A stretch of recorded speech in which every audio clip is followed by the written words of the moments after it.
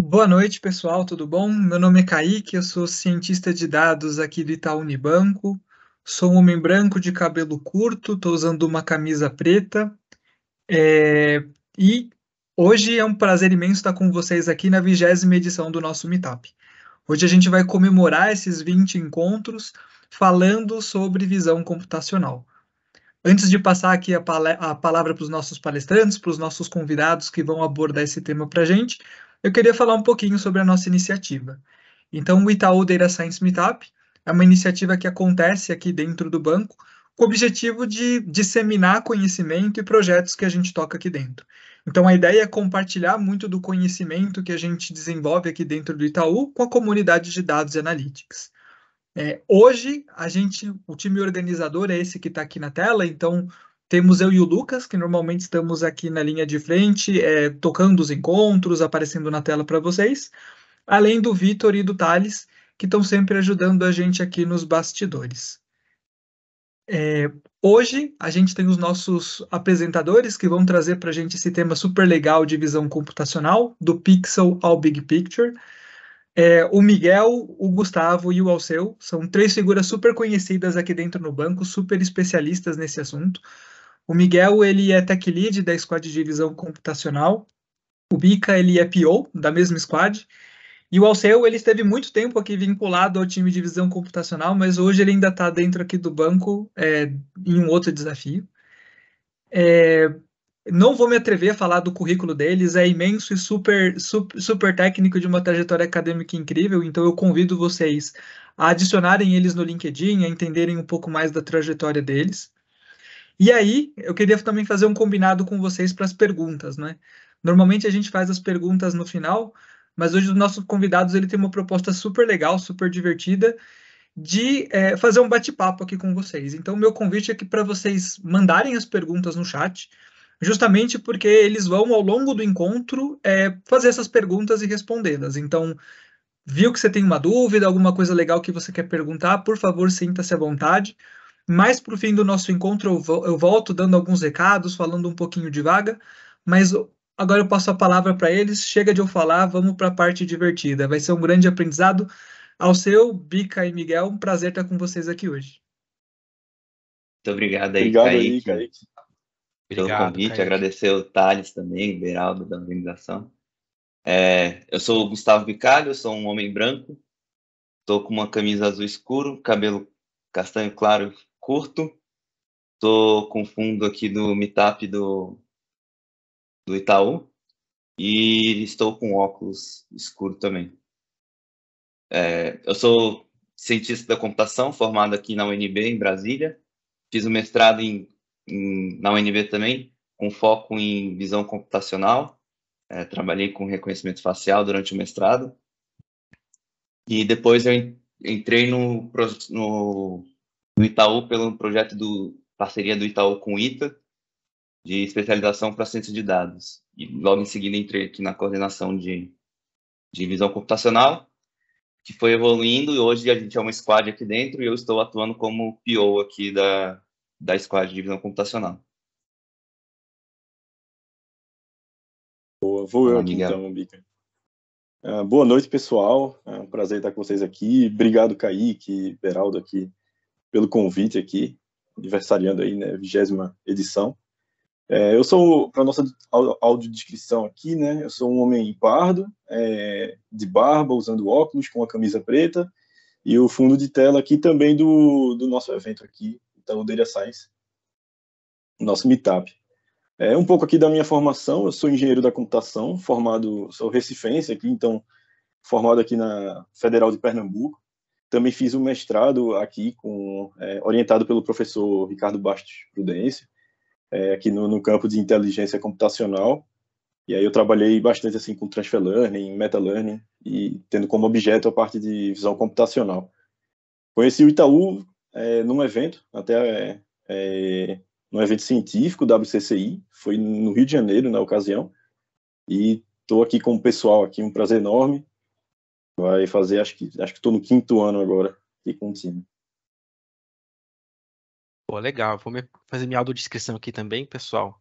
Eu sou o Alceu, um homem branco, de cabelo preto, tô de camiseta preta, o mesmo fundo de tela aqui do resto dos participantes aqui do Meetup, e tô usando óculos. Primeiro eu queria agradecer em todos os organizadores aqui, Kaique, Thales, Beraldo, Lucas, muito legal aqui essa frente do Meetup. E fazendo um breve resumo da minha trajetória aqui, né? Eu sou formado em engenharia de computação lá na USP de São Carlos, fiz mestrado por lá em visão computacional, naquela época analisando imagens médicas. Depois eu fiz doutorado já mais em machine learning mesmo, com um período de 1 ano lá eles falam doutorado sanduíche lá na Carnegie Mellon, nos Estados Unidos. E já estou desde 2017 aqui no Itaú. Tive um bom tempo aqui trabalhando com visão computacional, na verdade, acho que até 1 mês e meio atrás. Inclusive, quando planejamos o Meetup, que eu ainda fazia parte do time. Agora, como o Kaique comentou, estou num time novo aqui, ainda trabalhando com Machine Learning, na área de recuperação. É um prazer enorme estar aqui falando hoje com vocês. Boa parte da apresentação hoje, quem vai puxar aqui é o Gustavo e o Miguel, mas eu queria fazer uma breve introdução aqui do que vai ser falado. Bica, você que vai puxar aqui, né, a tela para a gente começar a falar. Aí reforça aí o que o Kaique comentou no começo. Quem tiver dúvidas, perguntas, fiquem à vontade aí para ir mandando no chat, tá, pessoal? Estão vendo a tela? Eu acho que Chegou não, sim. tá mostrando a do Pixel Big Picture, talvez, acho que sim, Bica, na Esse verdade. é a nossa. Tá sim, tá certinho então, já tá. Acho que a gente pode seguir pro próximo aqui. Daí, assim, antes de passar a palavra pro Miguel, pro Bica, Bica porque o Bicalho a gente chama de Bica, que é o nome que a gente dá para ele. Mas assim, eu queria motivar um pouco por que Machine Learning e ciência de dados é tão importante no Itaú. Acho que o Itaú é uma empresa, assim, desde muito tempo, muito focado em ser uma empresa analítica, né? E nós temos muitos dados. Temos da ordem de 70 petabytes de dados que nos permitem construir soluções customizadas para entender os nossos clientes, né, e fazer produtos, soluções assim, customizadas e que de fato atendam a necessidade desses clientes. E temos também muitos clientes, mais de 65 milhões de clientes, e acho que esses dados nem sei se são os mais recentes, então é bastante cliente.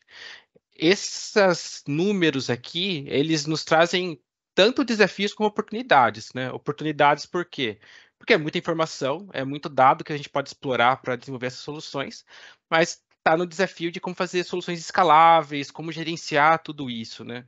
E daí, até dando segmento aqui na próxima slide que a gente tem aqui, isso reforça a importância de termos pessoas capazes de fazer isso, né? Então, assim, a história aqui da ciência de dados do Itaú, na verdade, é bem antiga, né? Mas com esse nome de ciência de dados, com essa carreira, ela começou a surgir em 2016 aqui. Mas só gostaria de reforçar que nós temos modelagem estatística há muito tempo no Itaú, bem antes disso. A carreira com esse nome, ciência de dados, até no mercado ela começou a se falar muito disso, né, nessa época. E nessa época, dando um histórico um pouco de como a gente está aqui no Itaú, em 2016, foi criado o que a gente chamou de ACE, né, Analytics Center of Excellence, que a gente utilizou para, vamos alavancar o uso de dados e machine learning aqui no Itaú. Então, no começo, a gente tinha uma frente muito voltada em vamos fazer os projetos que trazem mais valor aqui para o banco, que trazem melhor eficiência na operação. Também entramos numa frente aqui de experimentação, que, aliás, acabou surgindo vários times que começaram a trabalhar com soluções de tecnologia avançada. Um deles é o time hoje que o Gustavo e o Miguel fazem parte aqui de visão computacional. Temos vários outros aqui que trabalham com desde a parte de Generative AI, análise de texto, áudio também. Mas, assim, dessa origem dos MCs surgiram várias coisas aqui. Alguns destaques que eu daria aqui foi, primeiro, a formação de cientistas, né? No começo nós não tínhamos, tinha pouco cientista, tanto aqui estão no mercado, e a gente alavancou e treinou e contratou vários cientistas, até um dos programas aí que o Gustavo comentou no começo, a parceria com o ITA ajudou a gente a ajudar nessa formação. Hoje nós temos várias parcerias estratégicas aqui com instituições de pesquisa. Alguns exemplos é uma parceria que a gente tem com o MIT. Temos também um laboratório que é patrocinado pelo Itaú lá na Poli, né, no C2D. E temos hoje uma frente muito grande também em alavancar o uso de soluções de ciência de dados aqui no banco por meio de uso da metodologia de produtos, né? Então, a gente trabalha muito com criando produtos de ciência de dados. Dando segmento aqui, acho que como eu comentei antes, uma componente muito importante para fazer todo esse tipo de entrega aqui são as pessoas, né? Assim, termos as melhores pessoas para fazer todas as soluções. Hoje, acho que duas carreiras muito importantes, mas não é exaustivo. A gente tem várias outras carreiras aqui que são necessárias para a gente criar essas soluções aqui de machine learning, mas eu destacaria dois até pelo tema do Meetup que a gente tem hoje. Primeiro são cientistas de dados aqui, a gente tem mais de 300 cientistas no Itaú hoje. Alguns deles, como o Gustavo e o Miguel, trabalhando de maneira cross aqui, fazendo produtos que atendem o banco todos. Outros, como eu atualmente aqui atuando em alguma área específica de negócio, então a gente tem muitos cientistas também inseridos em times de negócio. E lá no final da apresentação a gente fala um pouquinho mais dos que a gente entende como habilidades importantes, né, para o perfil do cientista de dados, né, desde conhecimento em programação, computação, estatística, matemática e de negócio também. Outra carreira muito importante aqui também, e essa até mais recente que a gente criou aqui, foi a de engenharia de machine learning. A gente entende que é muito importante essa disciplina aqui para poder acelerar a entrega dos modelos de machine learning que a gente desenvolve. E daí são profissionais aqui que têm conhecimento tanto do machine learning, né, de computação, mas também como de cloud computing. Hoje, até nosso CEO comentou no evento da Febraban-Tech, a gente tem 76% dos nossas soluções aqui já na AWS, o nosso plano é cada vez mais aumentar esses números aqui. Acho que agora eu passo a palavra para você, né? Eu não sei se é o Miguel Bica, acho que a introdução aqui eu já consegui falar, e agora a gente entra na parte legal mesmo, de falar de visão computacional, entender tudo que o pessoal aqui faz, que é bem interessante. Obrigado, Silvio. Tá, então a gente vai começar falando um pouco de visão computacional. Mas primeiro a gente tem que entender o que é visão computacional. A visão computacional é uma área de inteligência artificial que busca analisar, interpretar e extrair informações relevantes de imagens ou vídeos e que a gente consiga tomar umas decisões em cima dessas informações que a gente consiga extrair e gerar diversas informações para a gente tomar uma decisão, né? Aí aqui mostrar alguns exemplos. A gente tem, por exemplo, um carro autônomo. O carro autônomo, a gente tem diversos sensores para captar a imagem, captar algumas outras informações, como distância entre um carro e outro, mas aqui para a gente isso é mais relevante a imagem, né? Aqui no caso, a gente está vendo como que funciona, ele está detectando as linhas e fazendo o traçado que o carro deve seguir, né? Aí, com isso é um da peças que o carro autônomo usa, e a visão computacional é bastante relevante para esse cenário, tá? Outro exemplo que a gente tem é aqui em imagens médicas. Usar ressonância magnética, tomografia computadorizada, PET scan, microscopia intravital. A gente consegue usar essas imagens, em cima dessas imagens, a gente consegue fazer alguns processamentos e detectar possíveis doenças, anomalias. Aí aqui no caso, por exemplo, maior contraste de tecido mole, auxílio diagnóstico, por exemplo, para Alzheimer, né? Ou então maior contraste de lesões cerebrais, processos inflamatórios, ajudaria a detectar um glioma, esclerose múltipla. Tá? Aqui a gente usa a visão computacional junto com o conhecimento de um especialista na área para fazer esses modelos, né? Não é o caso aqui dentro do banco, mas isso é bastante utilizado em outros cenários. Né? Tá, e como que a gente usa isso aqui dentro do banco? Como que a gente faz para usar a visão computacional dentro do Itaú para melhorar a experiência dos nossos clientes e a eficiência do Itaú? Aqui no caso da pandemia, a gente tinha a questão do distanciamento social e a gente podia utilizar alguns algoritmos de visão computacional, por exemplo, para determinar quais agências estavam tendo muitas pessoas, ou então pode usar até em outro contexto, por exemplo, para ver quais agências têm mais filas, a gente conseguia, é possível utilizar isso para fazer algum tipo de otimização, onde precisa de mais agências, então tem bastante utilidade. Ou então a gente pode automatizar a leitura de documentos, utilizar coisas como um OCR, que é um Optical Character Recognition, né, reconhecimento de caracteres de documentos escaneados, principalmente. Então, a gente consegue usar a visão computacional para isso. e otimizar bastante os processos aqui dentro do banco, tá?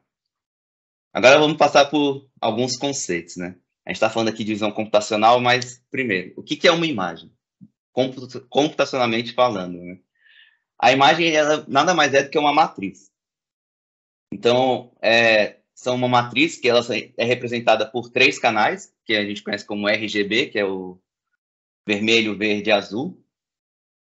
E cada um desses canais, a gente é representado por pixels. Os pixels variam de 0 a 255, normalmente, é possível normalizar esse valor, mas vamos tratar com 0 a 255, sendo 0 com baixa intensidade daquela cor e 255 com o máximo daquela intensidade. Então, uma imagem, aí aqui a gente tem, no caso, o pixel, né, que é a menor unidade. A gente tem uma matriz uma linha, coluna e um canal K, no caso, 3 canais de RGB. Então, a gente consegue fazer bastante manipulação em cima desses dados, né? A gente consegue, por exemplo, fazer operações com imagens. Como elas são matrizes, a gente consegue fazer soma de matrizes, por exemplo. A gente tem aqui uma imagem, a gente soma uma imagem, outra imagem totalmente laranja, dá um tom mais alaranjado, a gente consegue fazer multiplicação das matrizes, ou então divisão de matrizes. E esses aqui são os resultados que a gente consegue obter quando a gente faz essas operações. Simplesmente multiplicando o valor de um pixel pelo outro, pixel a pixel, fazendo essa multiplicação, a gente consegue esse resultado. Fazendo divisão pixel a pixel, a gente consegue esse resultado. Tá? Outro tipo de operação que a gente consegue fazer. A gente consegue mudar o contraste da imagem. Então, a gente consegue, por exemplo, botar uma imagem com baixo contraste, ou um médio contraste, um alto contraste, dependendo da operação que a gente precisa, a gente consegue fazer essas transformações em cima das imagens. Outra operação muito importante aqui para a gente é transformar a imagem colorida para a imagem em escala de cinza. Aqui a gente tem a imagem colorida, a gente quer transformar isso numa escala de cinza, que é mais fácil de ser tratado, né? A escala de cinza a gente vai ter só um canal, que vai ser de 0 a 255. Então, a gente consegue simplificar um pouco o nosso problema, né?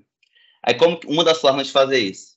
Aqui a gente pode fazer uma média entre os 3 canais. Uma média simples entre os 3 canais, a gente obtém esse padrão aqui. Não é assim que a gente enxerga quando a gente faz uma transformação para a escala de cinza. A gente tem algumas diferenças, não é uma média normal, é uma média ponderada. Se eu não me engano, o verde ele tem uma ponderação um pouco maior na nossa visão. Então, pacotes, por exemplo, para quem já tem conhecimento de visão computacional, pacotes como o OpenCV, por exemplo, em Python, quando a gente faz uma escala de cinza, ele não usa a média simples, né? A gente usa uma média ponderada para fazer essa transformação. E a gente também pode fazer de cinza para uma escala preto e branco, que a gente simplifica ainda mais o nosso problema. E como que a gente faz isso? Para cada um desses pixels, a gente determina um limiar. Então, um valor que a gente fala, abaixo desse valor vai ser tudo 0, acima desse valor vai ser tudo 255. Então, aqui, por exemplo, a gente tem valores 255 e 0, apenas nessa nossa nova imagem.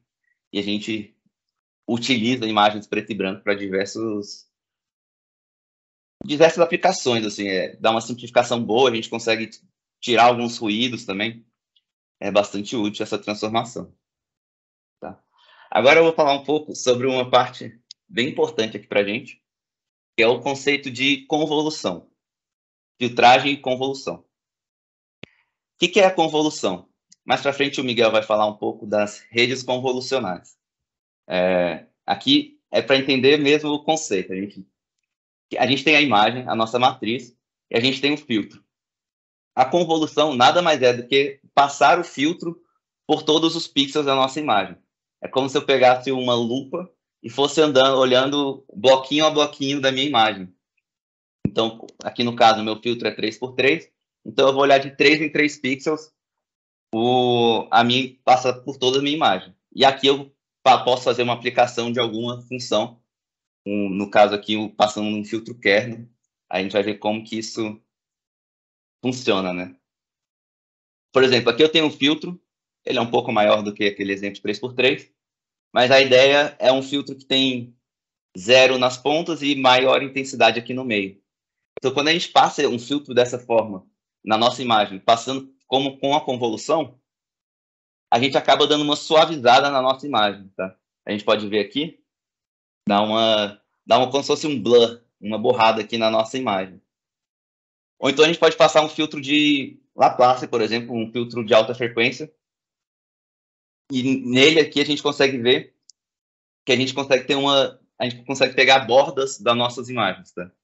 Então, a gente consegue a gente detectar bordas é uma tarefa da visão computacional que tem bastante relevância para detecção de objetos. Então, a gente usa bastante filtros desse formato. E aqui a gente consegue ver como que fica a imagem, a gente passando um filtro de alta frequência, né, na nossa imagem. Tá. Outro exemplo que a gente pode fazer é um filtro de mediana. Imagina aquele meu kernel, aquela minha matriz, minha lupazinha de 3x3. Eu vou passando aqui, a cada matriz 3x3, eu vou tirar a mediana de todos aqueles meus pixels.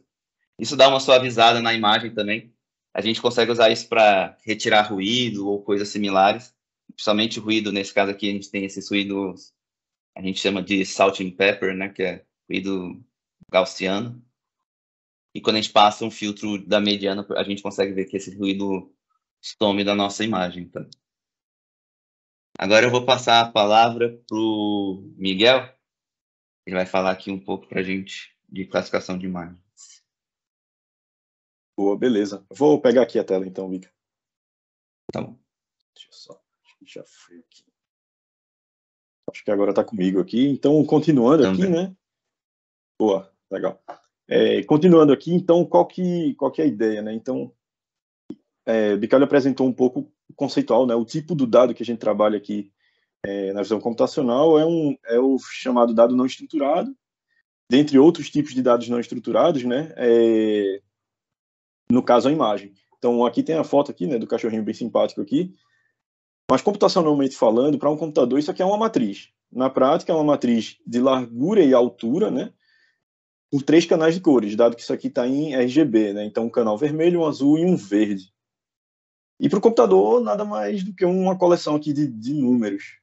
Então, nessa conceituação do Bicalho aqui no início, então existem as operações sobre o tipo de dado, que é a imagem, basicamente representado como matrizes. Então, nesse momento, eu abro um parêntese e comento que processar vídeo são sequências de frames, né? Então, um vídeo também é uma sequência dessas imagens.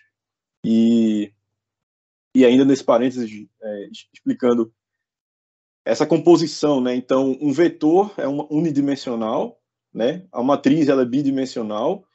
Uma imagem colorida ela já passa a ter essas 3 dimensões, porque eu tenho as 2 dimensões e o canal de cor, os canais de cores. Um vídeo ele já teria 4 dimensões, né? Porque tem a questão temporal, frame de forma sequencial. E a matemática dá o nome disso de tensor. E aí origina até o nome de uma das principais bibliotecas hoje em dia, que é a TensorFlow. Então, são chamados tensores. E aí, por que eu comentei de tensor? Vou falar um pouco aqui mais para frente. Mas é isso. Então, uma das tarefas que a gente executa, então, nesse caso, tarefa, como o tipo de atividade que pode ser feito no ponto de vista de inteligência artificial, né, de machine learning mais específico, é a tarefa de classificação. Uma das principais de classificação, então, acho que quem é da área aqui que estiver nos assistindo conhece lá o problema do íris, né? Então, classificar 3 diferentes tipos de plantas lá, dado características da largura e altura da pétala e da sépala. Eu nunca vou esquecer esse nome. Isso é uma forma de classificação, e ele faz isso com dado tabular, né? Porque ele está numa tabela lá, né? Você sabe exatamente o que é. Quando eu olho um pixel, né? Se eu recortasse só esse pixel aqui um pouco perto da orelha do cachorro, eu não sei o que é exatamente aquilo ali. Esse pixel faz parte do background, faz parte do meu objeto de interesse. Eu não sei. Então, isso é o que a gente chama do dado não estruturado, que é similar a um texto, né? Então, se eu disser a milésima palavra lá no livro, lá do Harry Potter, por exemplo, aquela palavra faz parte do objeto, faz parte do sujeito, enfim. Eu não sei dizer o que é exatamente aquele dado. Diferente de um dado tabular, ou numa estrutura, tipo no XML, no JSON, que a estrutura, né, linha e coluna, eu sei, isso aqui é o preço desse item aqui, do meu 20º item, por exemplo. E aí a classificação de imagem, o computador tem que resolver isso dessa forma. Como é que o computador ele vai entender, por exemplo, essa tarefa? Saber se isso aqui é uma foto de um gato ou um cachorro.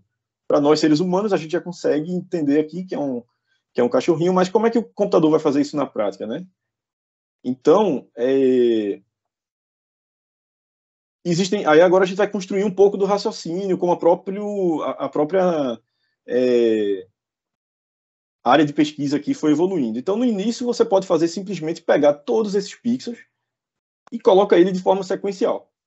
Puxa todos eles, que é uma operação chamada flattening, e joga isso em algum modelo, né, um classificador conhecido lá. E existem vários, né? A gente vai falar muito sobre rede neural, porque tem apresentado um ótimo desempenho, né, nesse tipo de atividade. Mas, antigamente, você tinha casos de pessoas jogando isso no SVM e outras técnicas do mesmo tipo. Mas aí o que é que acontece, né? Essa representação ela é muito custosa. Então, por exemplo, pegando aqui essa imagem e supondo que ela está em preto e branco, como a operação que o Bicalho falou, 200 por 250, a gente teria mais 50 mil valores numéricos aqui, sem considerar os canais de cores, né, que a gente já multiplicaria isso aqui por 3, a gente já passa as centenas de milhares de valores aqui. Então, a gente entra no problema da maldição da dimensionalidade, né? Isso é um termo muito, muito conhecido na parte de machine learning, né, inteligência artificial. Foi proposto lá, década de 50, se eu não me engano, que fala basicamente o seguinte: à medida que você vai adicionando dimensões no seu problema, então imagine, se for um problema tabular, você adicionou uma nova coluna naquele problema, a região, né, onde o meu modelo ele deve ser treinado, onde ele deve aprender, logo, a complexidade do meu problema ele tende a aumentar de forma exponencial. Então, imagine se a gente faz isso com pixels, né? A gente joga vários pixels aqui e o simples aumento de resolução de uma imagem pode tornar exponencialmente mais difícil o meu problema em visão computacional. Então, formas de começar a contornar essa estratégia aqui de simplesmente pegar a imagem e olhar de forma crua para os pixels é começar a trazer características, né, informações de alto nível sobre aquela imagem. E aí eu vou comentar algumas aqui, mas são várias. E aí, nesse momento, eu comento aqui que são várias técnicas que vêm da área de pesquisa, né, de processamento de imagem. Então, vou comentar aqui, e no início, né, dessas aplicações de visão computacional, a área de machine learning, né, então modelos de classificação, regressão, tudo aquilo que versa machine learning, começou a usar técnicas de processamento de imagens. E aí a união dela começa a caracterizar aí as aplicações de visão computacional. Então, essa combinação de processamento de imagem com machine learning deriva um pouco do que a gente tem hoje em dia em visão computacional. Então, algumas estratégias, né, então, que começaram a ser utilizadas, exploradas, por exemplo, histograma de cores. Então, imagine no canal, nos 3 canais que a gente tem, né, se a gente olhar a distribuição, então isso é uma característica, ela já é mais simples, de certa forma, porque eu não tenho todos os pixels ali, então eu já consigo ter uma dimensão menor, e ela consegue representar de uma forma mais direta, assim, as minhas imagens. Ela pode ser mais eficiente do que olhar os pixels puramente. E diversas outras, né? Aqui a gente trouxe também os descritores de textura, né? Proposto aqui pelo Robert Haralick. Aqui é um pouco da matemática, mas eu não vou aprofundar muito nisso. A questão aqui, o descritor de textura é uma forma de você saber, por exemplo, aqui, voltando para a nossa figura do cachorrinho, né? A gente tem uma textura aqui de background com blur, então um pouco daquela questão lá que o Bicalho falou de um aspecto mais embaçado. Aí eu tenho aqui a parte do pelo, né, do cachorro aqui, então também isso é uma textura, é o que a gente chama de textura. Se você olhar aqui a região dos olhos, né, tem um brilho, tem uma definição um pouco maior, também é um outro tipo de textura. Então, essa operação aqui, né, que é comumente conhecida aqui como Haralick, ele é um filtro que você joga essa imagem, ele vai fazer essas operações matriciais aqui, e ele vai trazer essa informação de alto nível, um pouco da informação da textura. Então, por exemplo, se eu quiser, fazendo aqui um exemplo bem rápido, comparar entre um cachorro e um golfinho. Um golfinho ele tem geralmente aquela pele mais lisa, o cachorro tem aquela pele por causa do pelo dele. Então, a textura fala muito sobre isso. E aí ela é uma característica mais poderosa na atividade de classificação. E existem diversas outras. Aqui, só para ilustrar mesmo, então tem a transformada de Hu, né? Aqui são alguns recortes do próprio site da documentação do OpenCV. A transformada de Hu, inicialmente, ele consegue pegar linhas retas, horizontais ou verticais. Então, tem um exemplo aqui no Sudoku, né? Tem uma alternativa também da transformada de Hu para pegar formatos elípticos, né? Então, círculos aqui. E aí você pode caracterizar isso. Então, imagine que eu tenho uma imagem e eu vou contar quantas linhas retas ou quantas elipses eu tenho. E aí eu jogo isso numa tabela e uso um modelo tradicional de machine learning. E isso é uma forma de fazer, e é o que a gente chama da feature manual, né? Handcrafted. São as features que vieram de um processamento de imagem mais explícito, eu sei exatamente o que é que eu estou extraindo ali, jogo numa tabela, num dado tabular, e uso qualquer outra técnica que use dado tabular. SVM, a Random Forest, árvore de decisão, enfim, N outras aqui. Um outro exemplo também são extratores de pontos-chave, né? Por exemplo, o SIFT e o SURF, também é um recorte aqui da própria documentação do OpenCV. Ele encontra pontos-chave numa imagem lá que tentam caracterizar aquela imagem. E aí agora eu vou falar um pouco de redes neurais, né? Então a gente está indo aqui do pixel ao big picture mesmo. Então a gente chega agora no meados assim da nossa história aqui. As redes neurais, então, o que é que elas fazem? Primeiro ponto, a gente falou de algumas características aqui manuais, né? São as características conhecidas lá projetadas por pesquisadores que nem o Haralick, o Hu e muitos outros. A ideia da rede neural é que ela vai aprender, no seu processo de otimização, a representar essas features por debaixo do pano. Então, a gente chama geralmente caixa preta. Então, uma estrutura de rede neural, né? Então, falando aqui rede neural sem ser a rede neural convolucional nesse momento, você tem um conjunto de dados de entrada, uma camada oculta, né? Que ela vai fazer uma representação de alto nível, e teve toda a questão histórica, né? De resolver problemas não lineares, desde o perceptron, mas a gente não vai aprofundar muito no histórico das redes neurais aqui. E depois ele vem para a camada de saída. Pode ser uma camada só para problemas de regressão, né? Ele vai dar um valor lá, ou o próprio neurônio de ativação para uma tarefa de classificação. Então, no exemplo inicial que a gente começou aqui, né? Um gato ou cachorro, ele teria mais ou menos esse formato.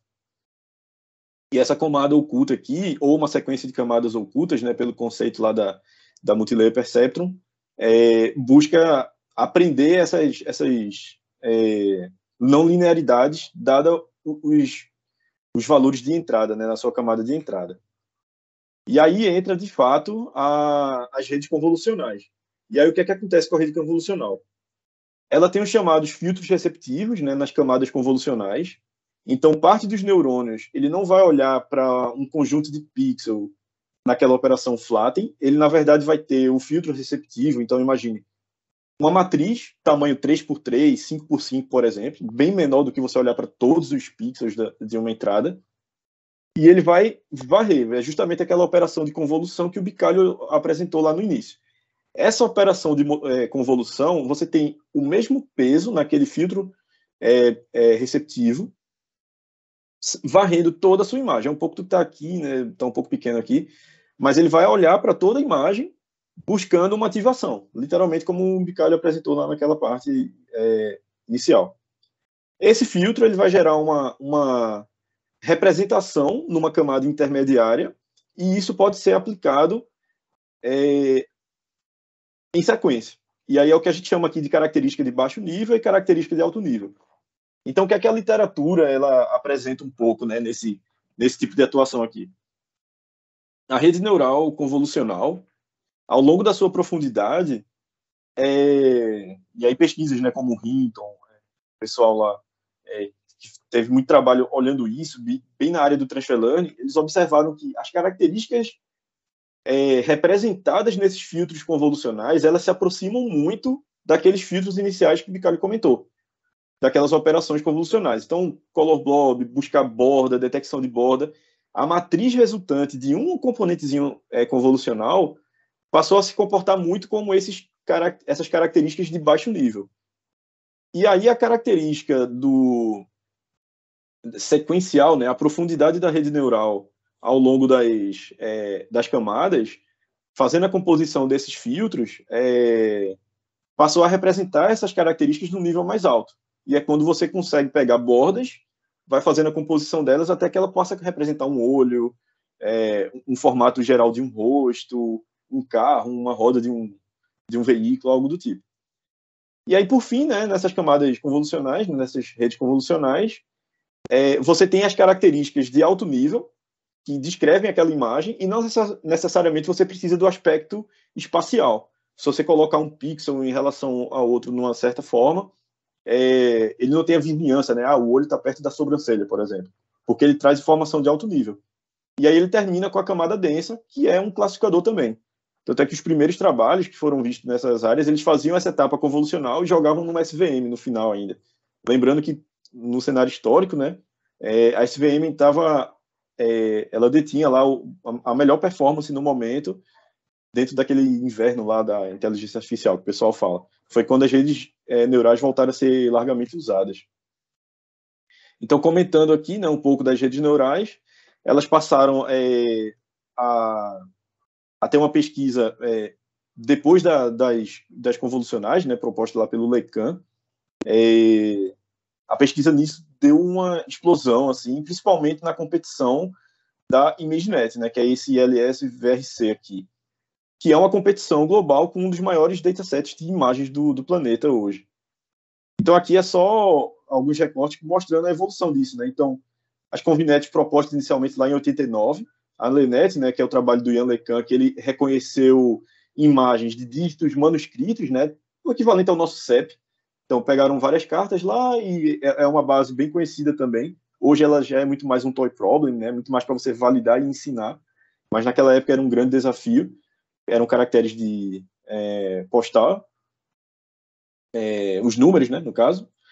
E aí a AlexNet, em 2012, mostrou aí realmente a grande capacidade, e aqui a gente traz até um recorte do paper, porque uma das coisas também que o trabalho apresenta é a capacidade de paralelismo.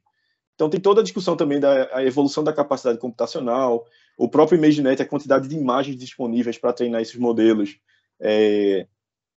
se tornou muito mais disponível, e outras técnicas também que a gente não vai aprofundar pelo tempo hoje, como a função de ativação ReLU, enfim, resolver o problema do gradiente, o Vanish Gradient lá. Mas aqui a gente traz um pouco, né, do desenho. Então, depois disso aqui, várias propostas de redes neurais começaram a evoluir com várias abordagens. Então, as redes começaram a aprofundar, depois da AlexNet, teve a VGG, e a Inception, a ResNet, teve todo o trabalho de aprofundar muito a rede.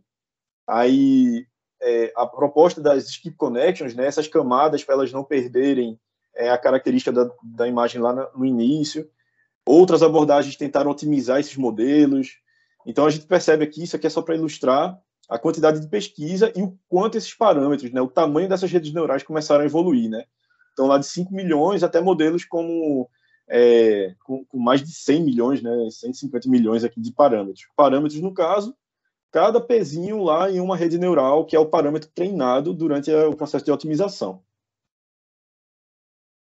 A gente vai falar mais, né, de alguns desses modelos aqui para frente. Aqui é só para fechar esse panorama geral. E aqui a gente vai falar um pouco das aplicações de Itaú. Quer pegar a tela, Bico, ou então continua aqui? Vou pegar. Não, pego aqui. Beleza. Oi? Chegou. Beleza.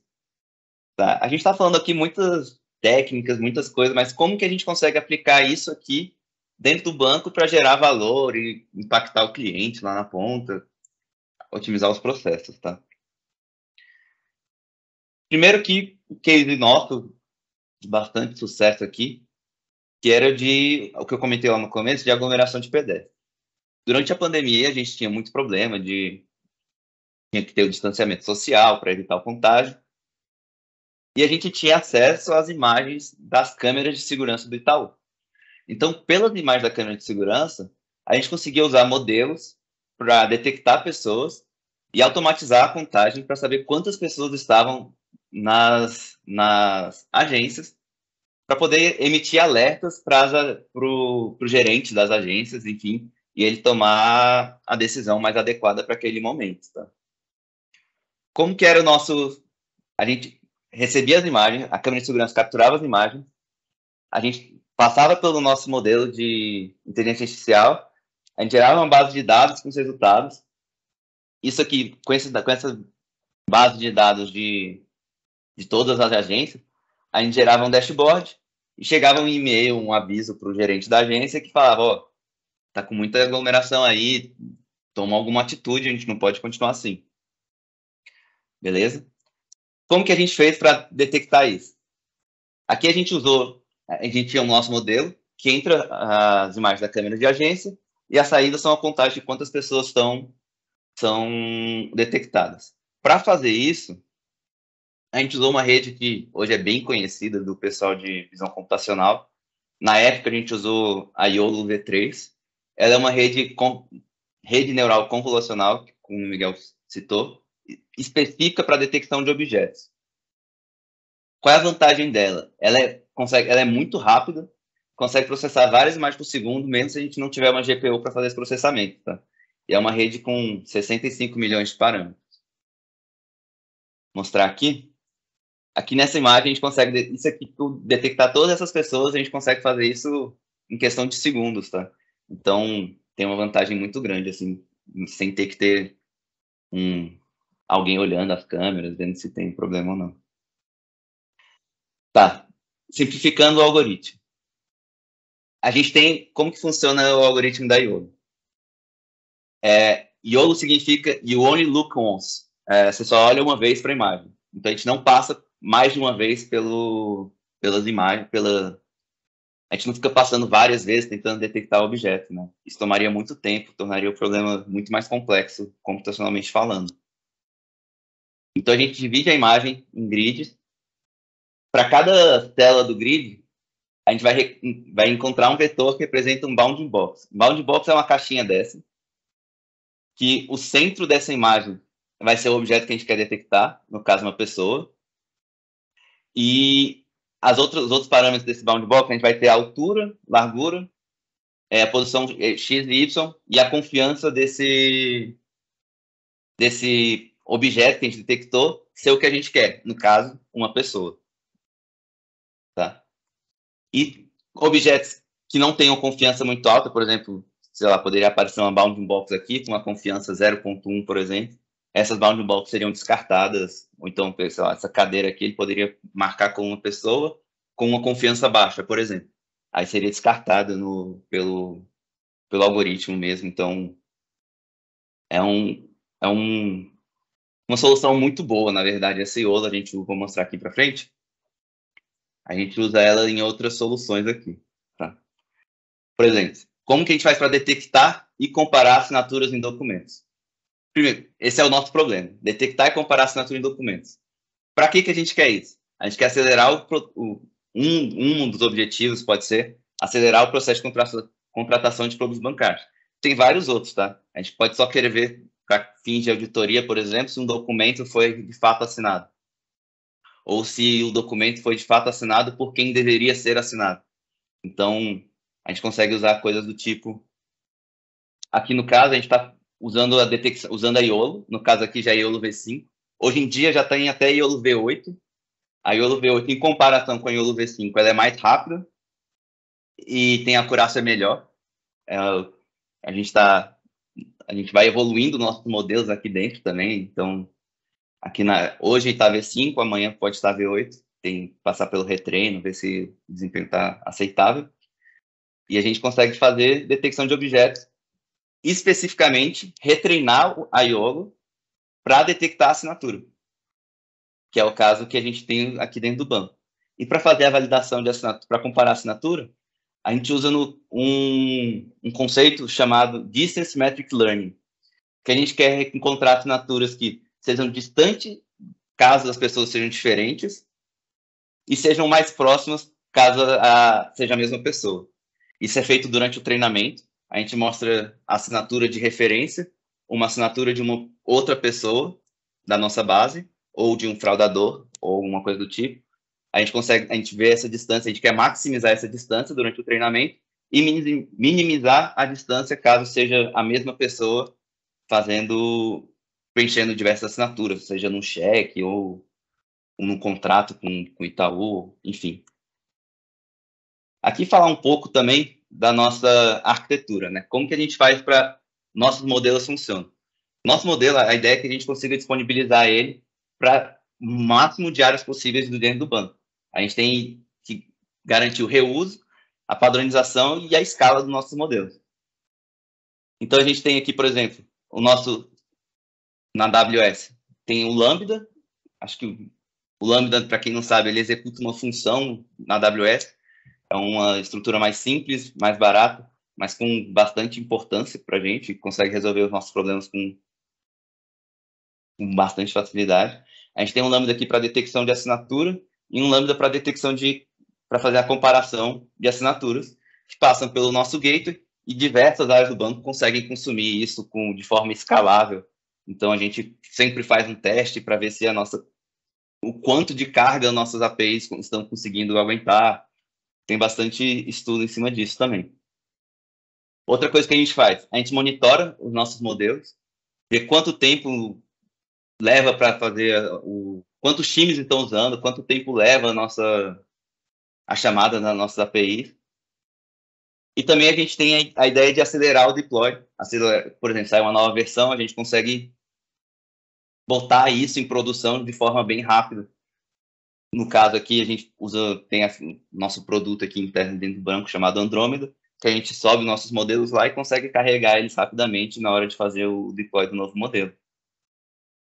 Então, não sei se você quer complementar alguma coisa, Miguel, sobre essa parte das APIs. Boa.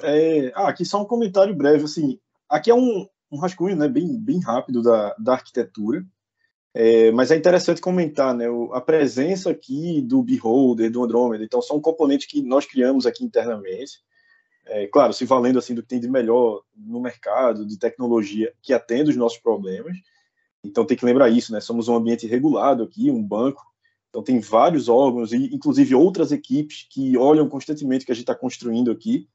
Então, a gente tem que estar compliance com muitos critérios aqui de segurança, de observabilidade, auditoria interna. E todos esses componentes são satélites, né? Então, a gente tem uma aplicação aqui que o Bicalho está comentando de assinaturas, mas até o Alceu apresentou no início, né? A própria carreira de engenharia de machine learning é um trabalho muito próximo dos cientistas de dados, nessa constante construção, definição de requisitos e acompanhamento dos modelos. Então, a gente tem um modelo de assinatura, mas ele precisa ser rastreável, auditável, ter o tempo de resposta dele dentro do que a necessidade do time, né? Então, aqui são as aplicações que precisa usar, e tudo isso deriva aí os nossos desenhos de arquitetura. Então, aqui é uma breve apresentação de como é mais ou menos o formato das nossas arquiteturas internas, mas um pouco também do processo. É constante, assim, a gente está sempre propondo algo que atenda num timing correto uma necessidade de negócio, mas sempre observando oportunidades de melhoria e reuso. Evitar reinventar a roda, refazer problemas do zero para aplicações muito similares aqui. Boa. Agora, um outro ponto que para a gente aqui é muito importante é a questão de IA responsável. Porque a gente quer desenvolver soluções de machine learning que impactem positivamente os nossos clientes. Então, a gente tem que desenvolver soluções que não tenham viés, tenham o mínimo possível de viés, de preferência não tenham. E o que seria um modelo sem viés, né? Um modelo com viés. Vamos supor que eu tenho minha população completa aqui. No meu modelo, na população completa, tem uma acurácia de 80%. Mas só que em um subgrupo, em particular, a minha acurácia é 90%. Em outro subgrupo, eu tenho uma acurácia de 70%. Isso pode ter um impacto muito grande para os nossos clientes desse segundo subgrupo. Isso pode ter risco de imagem para o banco. Tem várias questões assim que a gente tem que tomar cuidado para não acontecer. Já um modelo de sem viés, a gente pode até ter supondo aqui que a nossa acurácia fosse até um pouco menor, mas se ela fosse a mesma acurácia para o subgrupo 1 e para o subgrupo 2, esse modelo seria muito mais interessante para a gente do que um modelo que a gente acerte muito para um subgrupo específico e erre para outro. Isso é uma questão que a gente toma bastante cuidado aqui, ainda mais lidando com imagem. Tem casos bem sérios, assim, sai na mídia de vez em quando também. Já vi casos, assim, de outros bancos que tiveram problemas também. Então, isso aqui é algo bem grave, assim, para o banco, tá? Que a gente toma bastante cuidado aqui dentro. Tá, agora vamos falar um pouco de tecnologias mais recentes. Tá na moda, né? Todo mundo deve ouvir falar de ChatGPT, de IA generativa. Então, só que o ChatGPT ele é para texto, né? Então, o que a gente tem para imagens de IA generativa? A primeira que surgiu de IA generativa, com mais relevância, foi a arquitetura de GAN. Foi proposta pelo Ian Goodfellow, que é bem conhecido assim, no mundo de Deep Learning em geral. A rede adversarial generativa, como o nome já diz, ela é uma rede convolucional, generativa e adversarial. Generativa porque ela vai gerar uma imagem e a partir de um ruído, de alguma outra coisa. E adversarial porque, nesse caso, a gente tem duas redes que uma está fazendo como se fosse um jogo com a outra. Uma está tentando enganar a outra. Qual que é a ideia aqui? Eu tenho a minha rede geradora, que vai, a partir de um ruído, vai gerar uma imagem falsa, e eu tenho o meu conjunto de imagens reais. Eu vou ter uma outra rede que vai ser responsável por separar o que é real do que é falso. A minha rede geradora, que é a saída da minha rede geradora, seria a minha imagem que eu quero gerar, ela vai estar bem treinada suficientemente quando a minha rede discriminadora não for capaz de dizer o que é uma imagem real do que é uma falsa. Então, aí eu vou ter uma imagem falsa que parece muito com uma imagem real. Isso aqui dá para ser utilizado em diversos contextos, para, por exemplo, aumentar a resolução de imagem, ou então criar imagens sem ruído para documentos, ou então até a que ficou mais conhecida era aquelas style guns, por exemplo, de mudar o estilo de uma foto. Eu quero envelhecer, quero parecer um bebê, por exemplo. Foi utilizado redes nesse sentido aqui. Então, ficou bem difundido na época, aqueles aplicativos que roubavam das pessoas também. Mas é outra conversa. Seguindo aqui, em frente, é a pergunta que até do André. Deixa eu ver. Ele perguntou se reconhecimento de imagem e arquitetura CNNs ainda são as melhores ou transformers estão substituindo. Será que na competição Imaginet, os transformers estão melhores do que as CNNs? Então, aqui a gente tem uma arquitetura de transformer, tá? O transformer, essa primeira imagem aqui é o transformer. Ele é muito utilizado em contexto de texto. A gente não vai entrar muito nesse aspecto, mas a ideia por trás desse transformer está sendo utilizado para a imagem, tá? O que a gente utiliza do transformer, que deu origem ao ChatGPT, na imagem? A gente consegue, por exemplo, o mais importante é esse multi-attention head, essa primeira parte aqui, que seria o meu encoding da imagem. O multi-attention head, ele é capaz de tokenizar, por exemplo, imagina que eu tenho um texto.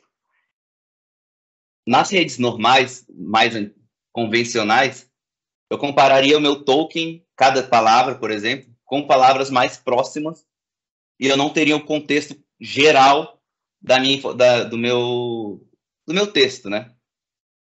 Com o Attention, eu consigo comparar meu token com todos os outros tokens, e dessa forma eu consigo gerar de forma mais paralelizada até. Então eu consigo ter respostas com contextos mais longos, até infinito, e de forma mais rápida do que RNNs tradicionais. Tá? Então, qual é a ideia de aplicar isso para dentro de imagem? Uma imagem, a gente consegue quebrar ela em pequenos recortes, chama de patches, né?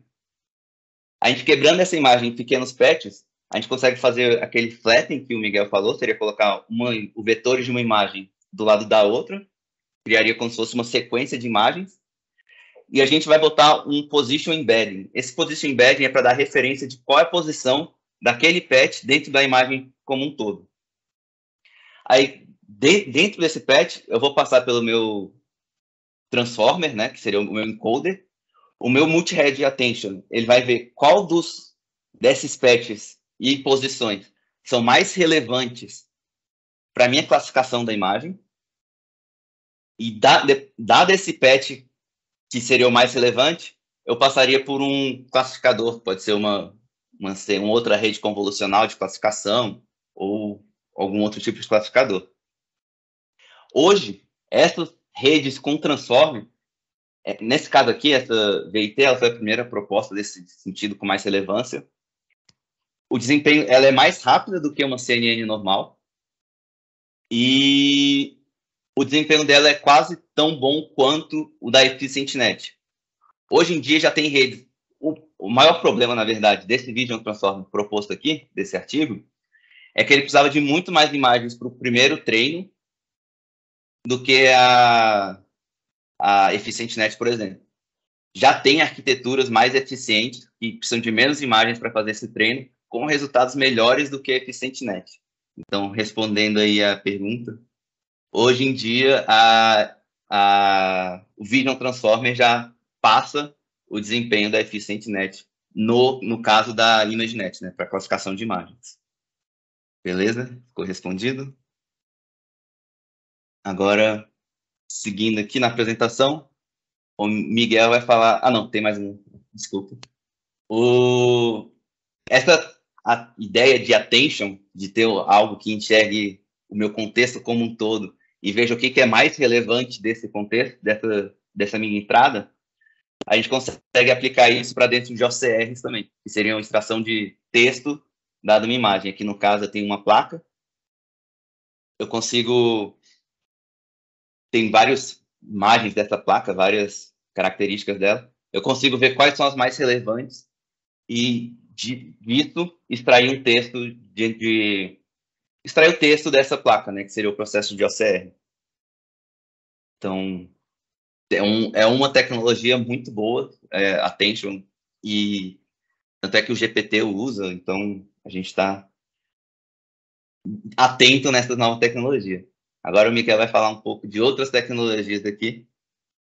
Vai lá, Miguel, falar um pouco do Diffusion pra gente. Esse trocadilho do Attention me pegou aqui. Eu vou compartilhar aqui a tela de novo. Respondendo também aqui, eu vou comentar um pouco sobre Transfer Learning também, Camila. É um tema que eu particularmente gosto bastante, assim. Só que como está um pouco mais para frente aqui na apresentação, eu vou comentar rápido. Sim, a gente usa bastante Transfer Learning também. Tanto do aspecto... Lembra quando eu comentei lá no início, né, um pouco ali na parte de rede neural, nas convolucionais, as camadas mais rasas, né, elas aprendem características de baixo nível. Geralmente elas são compartilhadas entre domínios. Então, bordas são bordas independentes do contexto. Quer você esteja olhando uma célula ou tentando fazer a distinção ali se é um cachorrinho ou um gato na foto. Isso na indústria leva ao fato de que você não precisa treinar do zero. Primeiro, porque aquisição de dados e marcação é caro. É uma decisão de projeto. Então, olhar se tem uma rede que você consiga fazer um transfer learning. Tem várias pesquisas no sentido, particularmente eu no mestrado também trabalhei muito com isso. Existe um problema do negative transfer, então às vezes você escolher um domínio muito distinto do seu problema, você pode prejudicar a sua performance. O nosso Spec 3 aqui, o Melo, né, ele uma vez trouxe um pessoal para falar também sobre esse tema. A gente pode entrar em contato aqui por LinkedIn e passar as referências. Tem muito estudo na parte Transfer Learning sobre estratégias. Então, por exemplo, fazer o fine tuning, você pode congelar as camadas mais profundas, ou reinicializar os pesos, ou tentar fazer o fine tuning com com uma learning rate mais baixa, enfim. Então, existem várias estratégias e tem muita decisão de projeto. A decisão de começar a fazer do zero, às vezes, não é tão prudente se você não explorar outras estratégias de usar um transfer de uma rede já treinada. Então, eu só alertaria para esse cuidado, assim, antes de tentar partir do zero, tenta olhar se não tem algo que possa atender o seu problema. A gente faz muito essa abordagem aqui. Beleza? Tá, voltando aqui então, continuando, né? A gente está falando agora aqui de algumas aplicações mais recentes, né? A gente está fazendo aqui do Pixel ao Big Picture, então a gente está a 100 por hora.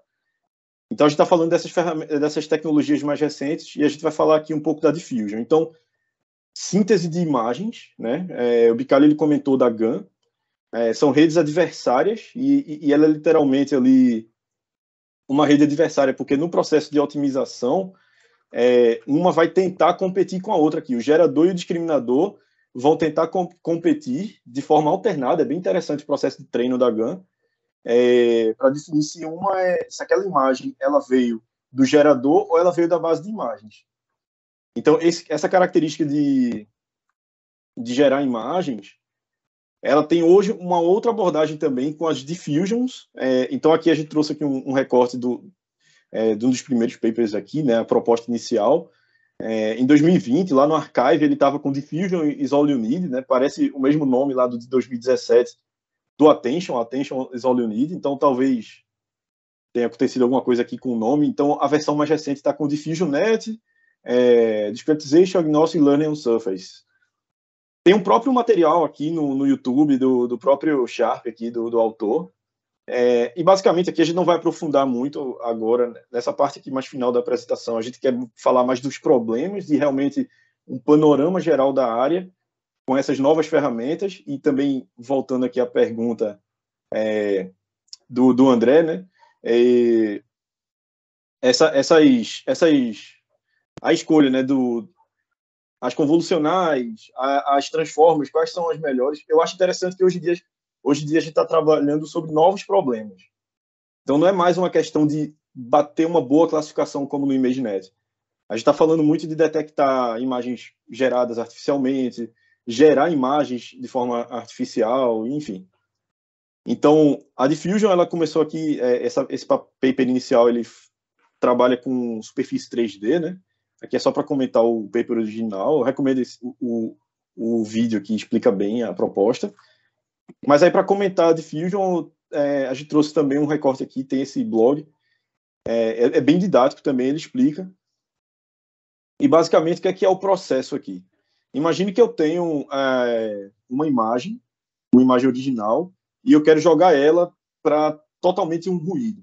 Então, a proposta da Diffusion ela pode ser definida em duas etapas, que é o Forward Diffusion e o Reverse Diffusion.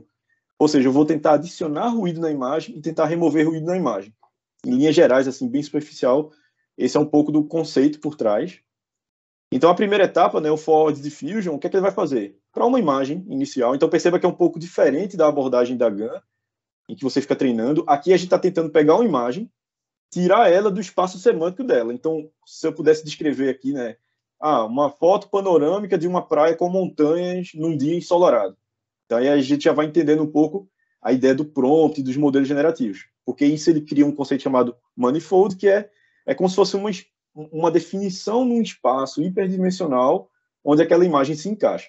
Eu poderia citar a mesma coisa e dizer à noite, por exemplo. E eu teria essa imagem aqui de noite. Então, imagine que eu vou pegar essa imagem, gradualmente adicionar ruído nela, até que ela seja basicamente um ruído branco aqui no RGB, né?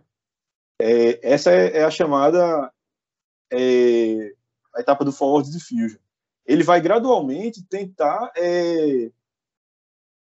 borrar essa imagem para ela sair desse entendimento.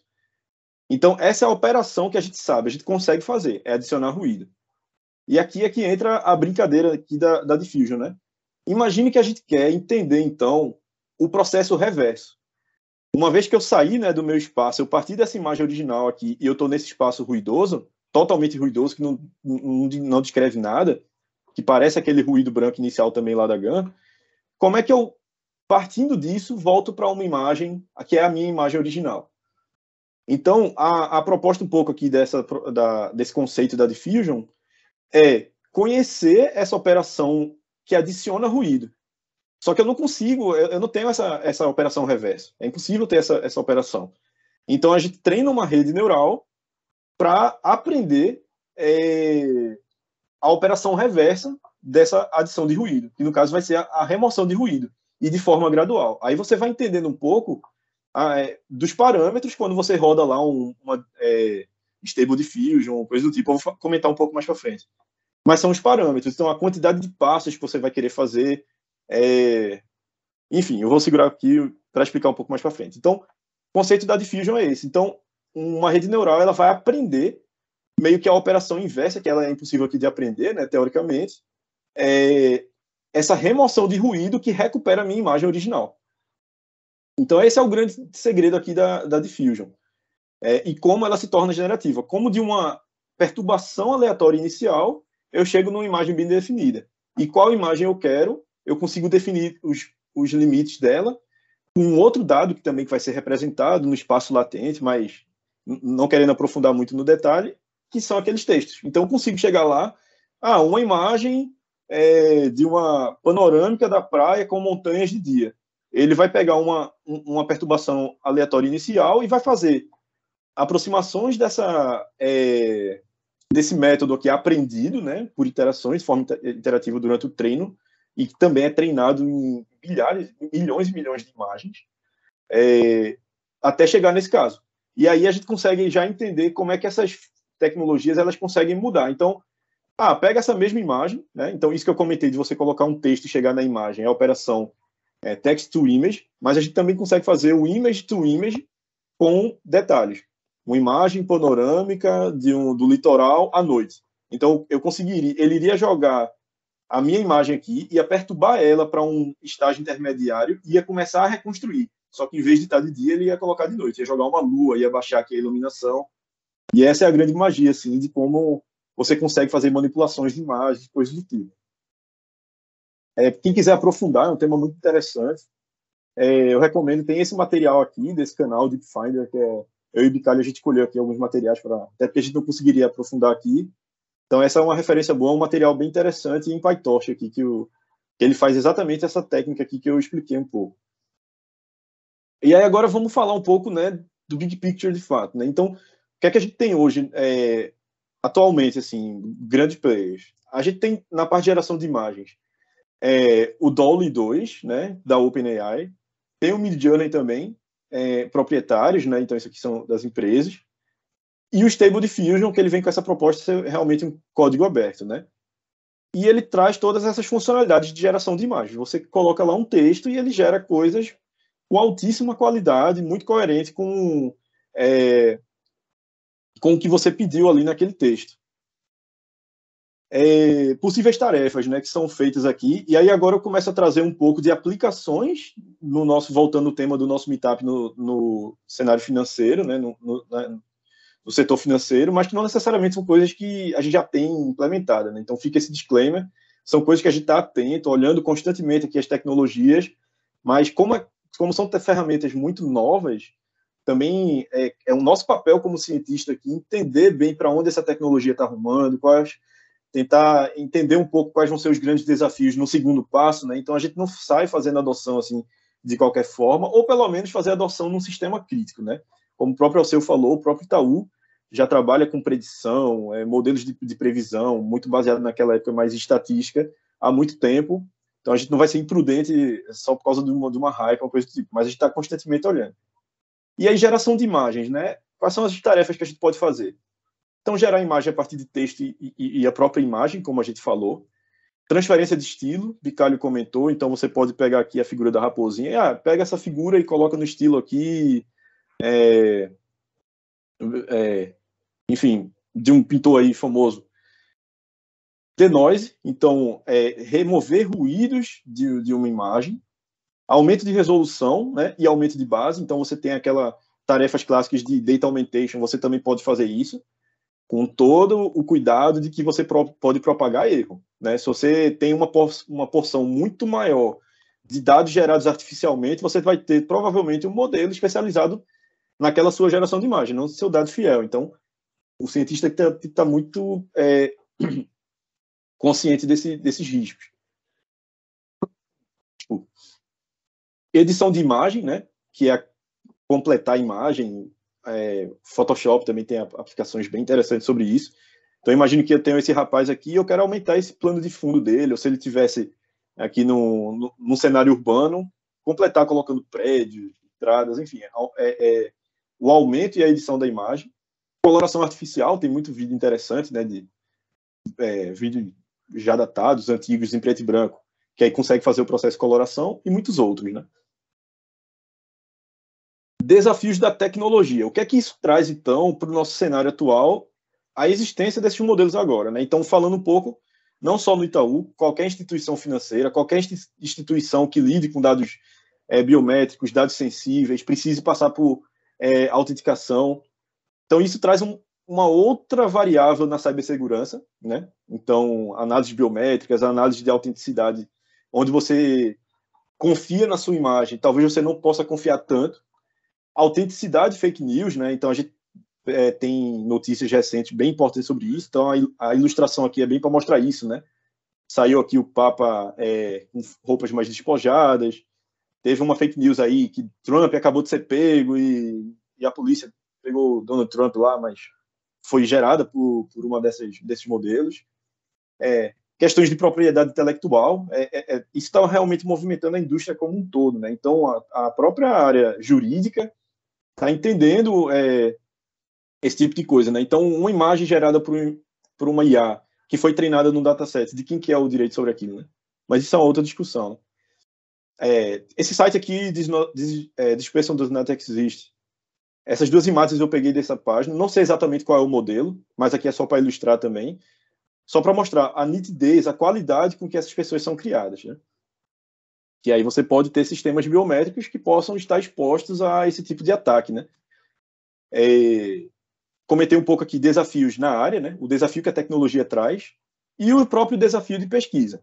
Esses modelos generativos, eles têm o que nós chamamos aqui, né, alucinação, ou seja, quando um modelo generativo ele fala com alta confiança ou apresenta aquela imagem, aquele resultado, porque para ele, dentro do processo de otimização dele, faz sentido, mas para nós, seres humanos, não faz sentido, a isso a gente dá o nome de alucinação.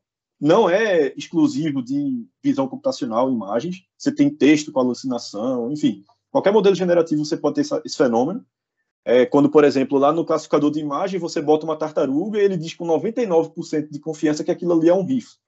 De certa forma, ele alucinou ali, né? Porque ele não representou bem o dado que foi apresentado. Alguma coisa ali nos parâmetros, na caixa preta, levou ele a esse resultado.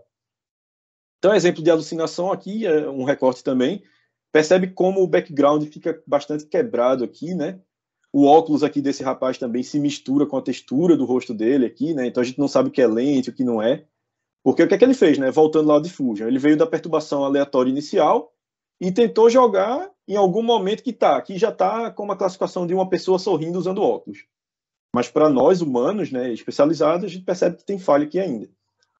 E aí um pouco também que a parte de segurança envolvendo esses modelos entra, né? Então entender como esses modelos falham é uma forma de se proteger contra eles, né?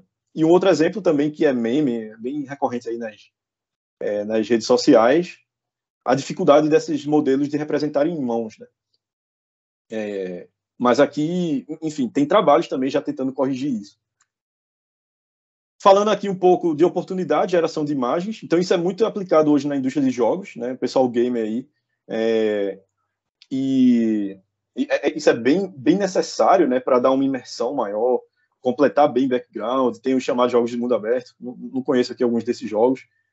Mas é muito relevante, né, esse tipo de aplicação para trazer essa imersão e um cenário muito mais dinâmico. Mas também em processo de ideação, né, a etapa no design thinking lá de prototipação, esses modelos generativos ajudam muito. Cria aqui um sketch aqui do meu app, estou pensando no app com esse formato aqui. Isso acelera muito um processo de ideação antes de um produto começar a ser desenvolvido, um produto ou uma feature, né? E aí, falando, já que a gente está falando de game, é uma oportunidade, a gente também está discutindo ela aqui internamente.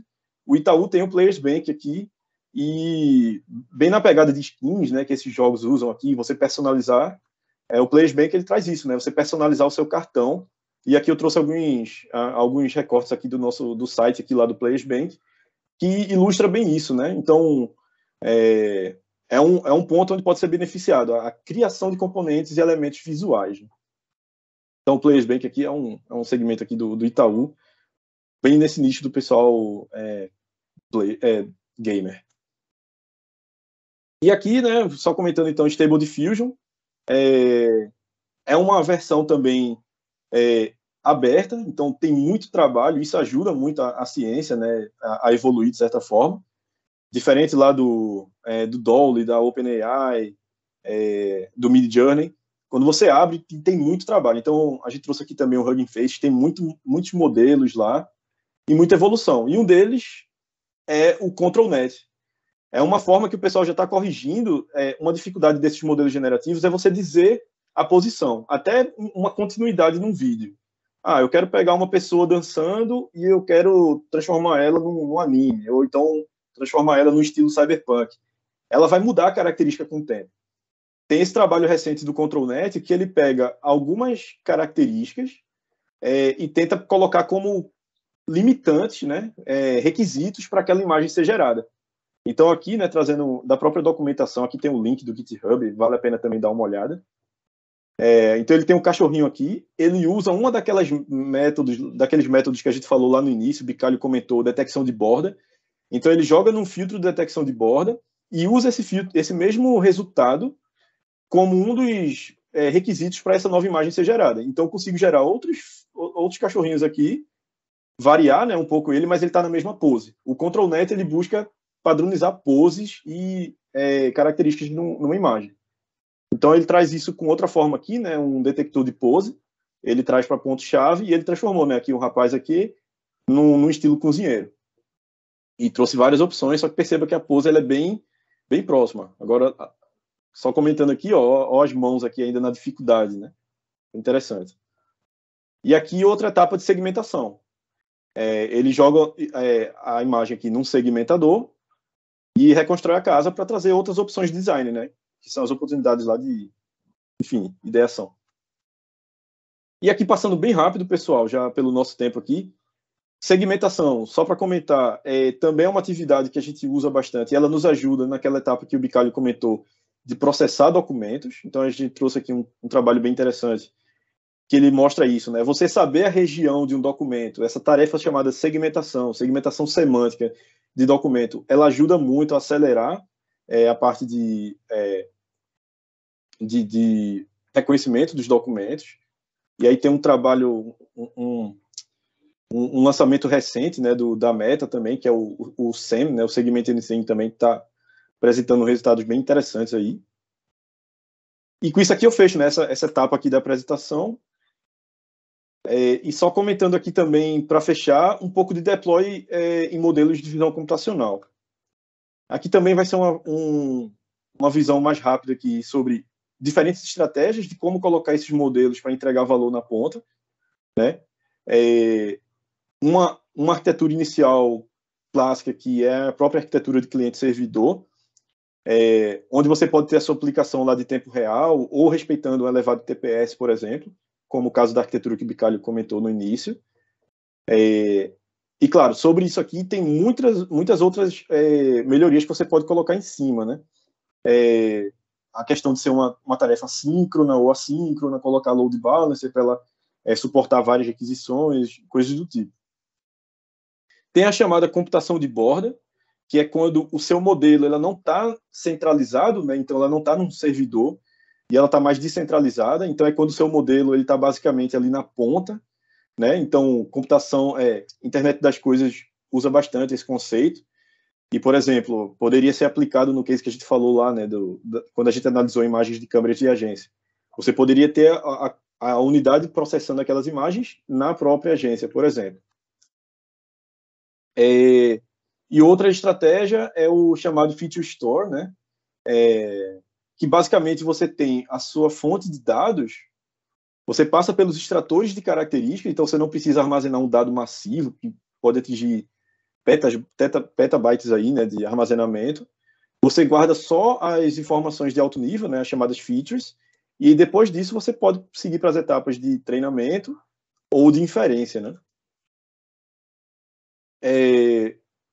E otimização de modelos, também é uma coisa importante assim, para o deploy. Uma delas é reduzir o ponto flutuante, né? Então, os pesos da rede neural ela pode estar representada ali como ponto flutuante, então é uma forma de reduzir o tamanho da rede neural. essa Onyx aqui tem vários modelos lá já otimizados e apresenta formas de você otimizar seu modelo para ele ficar mais viável, né, um custo computacional mais baixo, e tornar ele viável, né, a aplicação no dia a dia mesmo, dado o tamanho de dado que você vai precisar. E a otimização entra um pouco também, né, aí que eu comentei que já estava aqui para o final, o controle de, por exemplo, o drift de modelo ou o transfer learning, ou seja, o seu modelo mudar com o tempo, você fazer retreino de forma hábil, ou reusar modelos, seja você mesmo desenvolveu, ou modelos acadêmicos, né, modelos abertos, ajudam bastante nisso aqui, nessa velocidade, né, na viabilidade técnica e redução de custos. Aqui é só comentando aqui, não vou aprofundar aqui mais na parte de otimização, né, redução de ponto flutuante. E aí agora a gente segue aqui para as conclusões. Beleza. Deixa eu pegar a tela aqui. Vai. O seu teve que sair. Eu faço aqui a conclusão.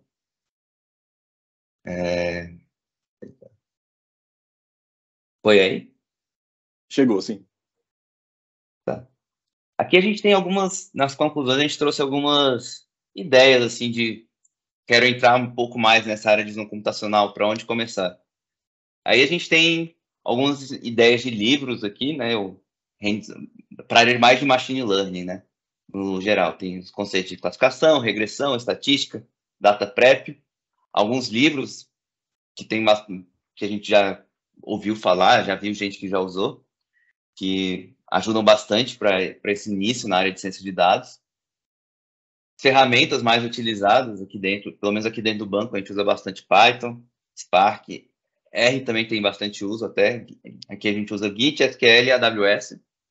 Entre as opções de nuvem e tal, escolheu a AWS. Para cursos, a gente é bem recomendado assim, o curso do Andrew. Ele ajuda bastante na parte de Deep Learning, principalmente. E continuando aqui, agora sobre o conceito de visão computacional, os processamentos, partes mais clássicas de visão computacional, né, que foi aquela primeira etapa da apresentação, de falar sobre processamento de imagens, entender aqueles conceitos, e depois entrar na parte de Deep Learning e redes convolucionais. Aí de livro, a gente tem esse livro, Processamento Digital de Imagens, que é bem conhecido. A gente, quando era presencial, tinha até um dele em cima da mesa lá da nossa coordenação. O livro do Ian Goodfellow, que é o criador da GAN também, ele passa por vários aspectos assim bem relevantes de Deep Learning. Tem tudo de Deep Learning que você precisar, tem nesse livro. E aqui um mais aplicado para Python. Então.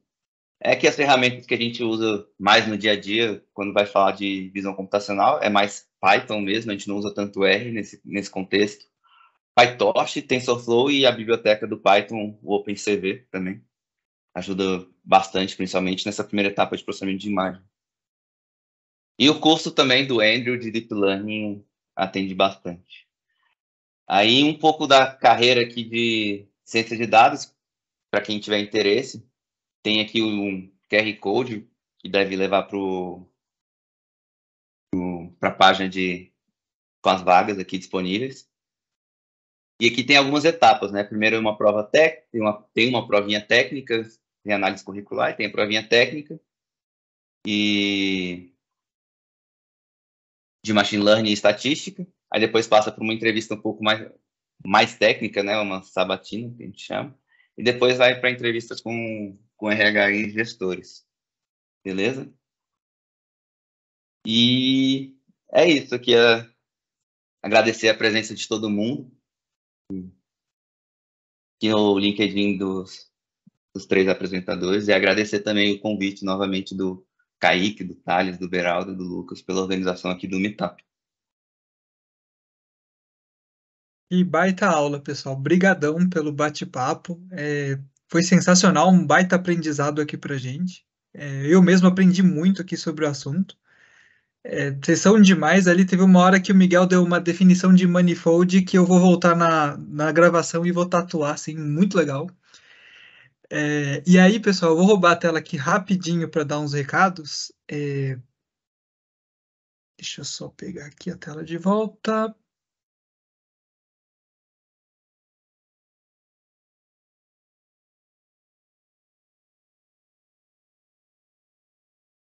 Então, aqui são alguns recados da comunidade do Meetup, né? Então, a gente convida vocês a fazerem parte do nosso time, né? Da nossa comunidade que está lá no site do Meetup. Então, pelo nosso QR Code, você consegue nos encontrar lá. Lá tem o histórico dos outros Meetups que nós tivemos. Teve pergunta aí no chat de se a gente vai compartilhar gravação, se a gente vai compartilhar materiais. A gente entra em contato com vocês pelo e-mail, a gente consegue pegar isso pelas inscrições e compartilhar possíveis materiais com vocês.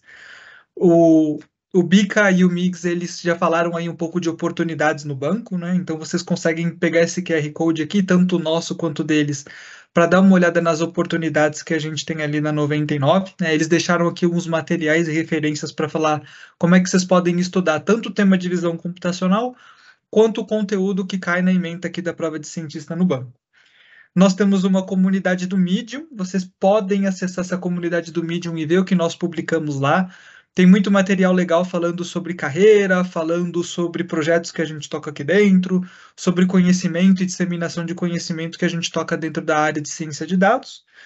E a gente convida vocês também a deixarem o feedback. Então, nesse último QR Code, a gente tem uma pesquisa.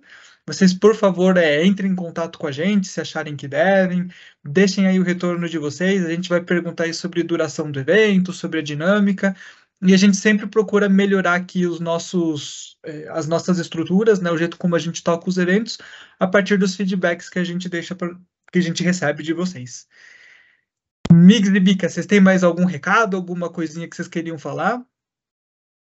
Acho que só agradecer mesmo. Obrigado aí todo mundo presente aí. A gente conseguiu trazer algo novo aí, que vocês já fico bastante contente aqui. Obrigado pela audiência, pessoal. E obrigado pela organização, Kaique, Thales aí, todo mundo. Imagina, foi um prazer pra gente na 20ª edição receber vocês. Deu para sair do zero hoje de visão computacional e chegar ao Big Picture, né? Chegar até Transformers e tudo mais. Então deu para aprender horrores aqui. E é isso, pessoal. Assim, agradeço os nossos convidados, agradeço o pessoal que esteve aqui hoje acompanhando o nosso Meetup. E a gente se encontra no próximo mês. Logo mais a gente deve fazer a divulgação. Obrigadão, pessoal. Boa quarta-feira, já estava no futuro. E bom final de dia aí para todo mundo. Obrigadão. Tchau, tchau. Obrigado, pessoal. Boa noite. Valeu.